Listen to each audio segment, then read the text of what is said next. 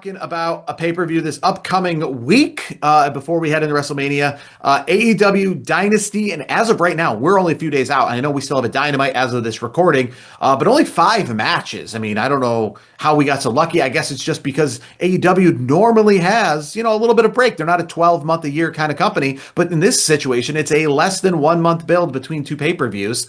So as of right now, 5 matches. And if you ask me, it's like when you see somebody dead on the ground and they're counting 1, 2, you're like, stop the count. It's over, right? Stop the count. We're at 5 matches. We're good. All of them look good. Stop the count. Don't add any more. That's just me, right? But we'll get a bunch this week. Don't worry. And maybe, maybe if we're lucky, they'll only add like 1 or 2 and keep it at like a 7. This is a good number. It really is.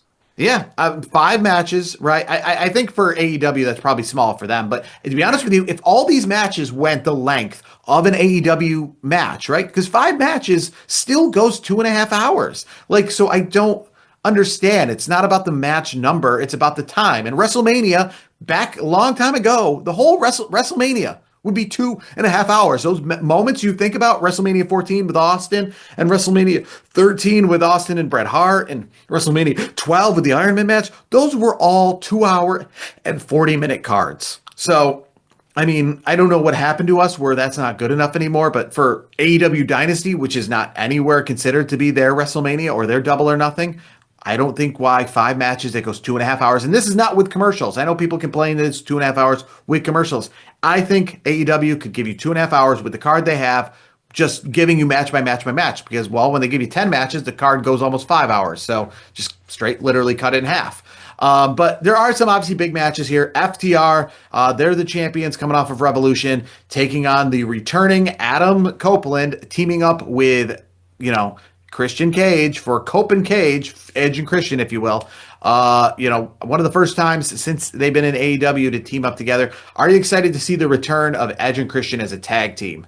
Absolutely. I mean, it's nostalgic for me as a fan because I grew up during the Attitude Era when they were doing some great matches with the Hardys and the Dudleys. So I know it's under a rebrand and all that stuff because they're in a different company. But yes, it's cool. I also like the fact that they're wrestling. They're real life friends because they're all FTR and them. Obviously, they got the storyline going on right now. But we all know, outside of the squared circle and outside of the wrestling business, they all are good friends. Because if I'm not mistaken, I believe Edge, Adam Copeland, I believe Dash and or I always call him Dash and Dawson, but Dax and Cash, they trained Edge, Adam Copeland, before he came back. Yeah, so, I do believe that's true. Yes. And obviously Christian's obviously, part of that friend circle as well. So, and I think it's going to be a great match because some of the best matches you have are you build up these really gritty, tough storylines with your friends in the real world. They're going to have so much fun with this match, and I'm looking forward to it because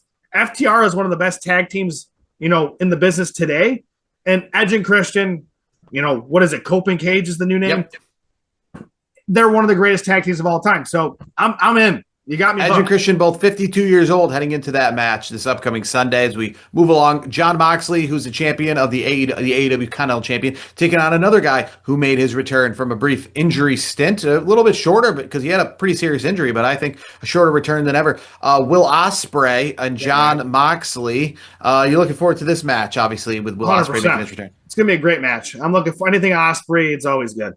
And we got MJF. He obviously won that big Texas death match. We haven't seen, obviously Hangman Adam Page now can't ever wrestle for the championship. But we saw another big return. It was Canadian's own Kenny Omega. And this pay-per-view event is going to be in Vancouver, not where Kenny Omega's from, but Canada nonetheless, just like Edge and Christian.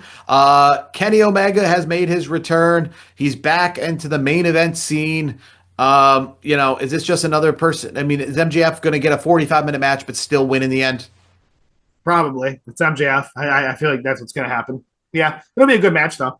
And AEW, this is the whole pay-per-view.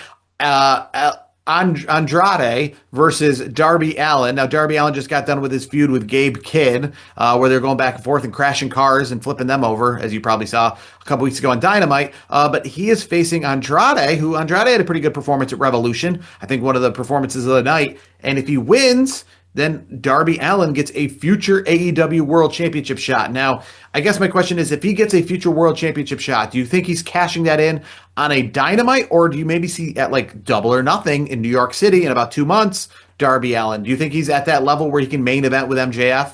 Yes, or he could definitely main event. I think that would make the most sense. Let's not do it on a random televised show. Let's do it at a pay-per-view. All right. So do you think he's going to beat Andrade? If Andrade wins, he's not the number one contender. But if Darby Allin wins, he gets a championship shot. Yes, so who do you see winning this match? I do think Darby's going to pull it out. Okay. You still didn't say, too, do you see Edge and Christian beating FTR and becoming the new tag team champions? Yes, I do. I think so. I think that'd be cool. And Thekla, who is the women's champion, she won. I thought it was Tekla. Tekla, you're right. I don't. You must watch it more than me. Tekla, I watch a little bit. Yeah, is the AEW Women's Champ. She won it on a Dynamite back in February when she was going back and forth with Chris Statlander. Obviously, they just had a match at Revolution as well to kind of put an end to that feud. She's taking on Jamie Hayter, defending her championship. Jamie Hayter versus Tekla. Who do you see winning the Women's Championship? Tekla. Okay, all right. But one big thing for AEW this week, and one person who's not on this card, and maybe somehow is shoehorned into this card, I think it would not be the best because they just made their return, is Chris Jericho. He showed up on Dynamite, essentially dispelling all the rumors that we had going back to the Royal Rumble, that he's coming back to WWE. What do you make of Chris Jericho cementing his spot back in AEW? Finance over legacy. That's where I go. I think he's going to – I think Tony Khan is going to – I think he outbid WWE. That's my guess. Of course, I don't know. I wasn't in the room. But I think TK was giving Jericho more money versus TKO. So I think it was a financial move versus maybe a legacy type of thing. But don't be surprised once the contract's done. I don't know what the details are. Are you excited to see Chris Jericho in AEW, or are you like okay with it or disappointed? I'm disappointed because I want him in WWE. I really do. But I'm happy for Chris no matter what. Respect the hell out of him. So I will watch for Chris Jericho and hope that someday he finishes his career in WWE.